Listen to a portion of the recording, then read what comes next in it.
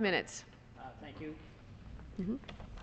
Madam Speaker, I first of all wish to associate myself with the remarks of Mr. Duncan, Mr. Jones, Mr. McGovern, who spoke earlier, and I intend to address the issue of the war in Afghanistan.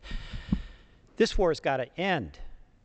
It's got to end because it's making us weaker, not stronger. It's a dead-end strategy that is the result of decisions that were made that do not treat with the respect they're entitled to the willingness of our men and women in uniform to serve. They will do whatever it is we ask them to do.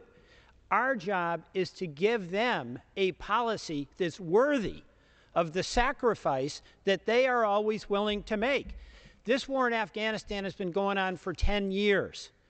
It has morphed into the United States military and the United States taxpayer having the burden of building a nation in Afghanistan. That can't be done. We know it can't be done.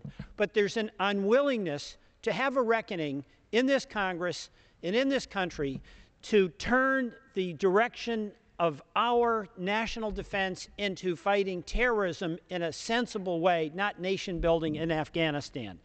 So the central issue here is not just the money, which I'll address. It's not just the time that this war has been going on, which I'll address. It's the basic strategy. Does this nation-building approach, over 100,000 American troops in Afghanistan, over 100,000 contractors, does that make sense when the enemy that we're fighting is decentralized and dispersed? It's not a nation-state threat. And the answer to that, we all know, common sense. You don't have to be a military strategist, is no. And the main reason we continue on in Afghanistan is because arguments are made that it will look bad or it will look weak if we leave. Mr. Duncan said something I think that makes a lot of sense. When you are persistent in the face of facts that show that what you're doing is wrong, it's time to adjust the strategy. We in this Congress owe it.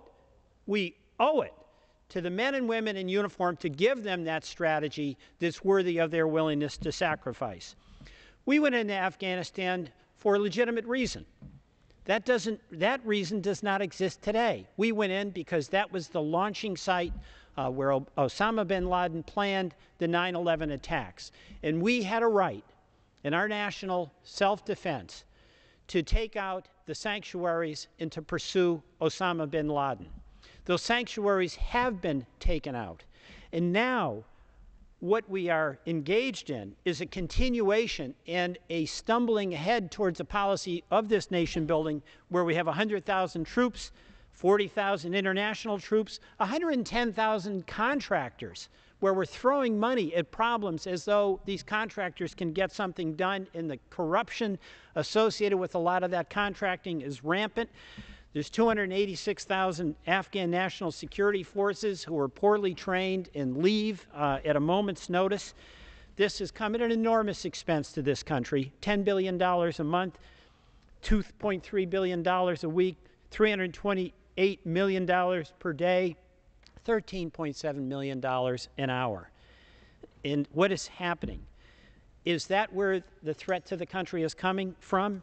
The terrorist plots that we can identify that have happened in recent years, the Fort Hood shooting, that killed 13 people in November of 2009. That was planned in Yemen by Anwar al-Awlaki. The plot to bring down the Northwest Airline 253 on Christmas Day was planned again in Yemen by the same man. The attempt to bomb Times Square in May 2010 was planned and ordered by the Pakistani Taliban. And in the October 2010 plot to bomb cargo planes was again planned in Yemen.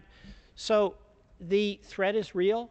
Terrorism is a threat to this country. We have to address it, but we have to have a strategy that works. And having 100,000 of our troops in one nation when the terrorist threat is dispersed and decentralized throughout this other parts of the world doesn't make any sense. And it's time for this Congress and this President to call the question, change the strategy, which requires us to right-size what our effort is, because that'll, A, protect the American people in a better, more effective way, B, it'll be a sustainable strategy, which has to be of responsibility of the policymakers. There's been enormous sacrifice by the men and women in uniform, and the troops from the state of Vermont have sacrificed and lost more lives in the Iraq and Afghanistan war on a per capita basis than any other state in the nation. And they are entitled to a policy worthy of their sacrifice. Madam Speaker, I yield back. Gentleman yields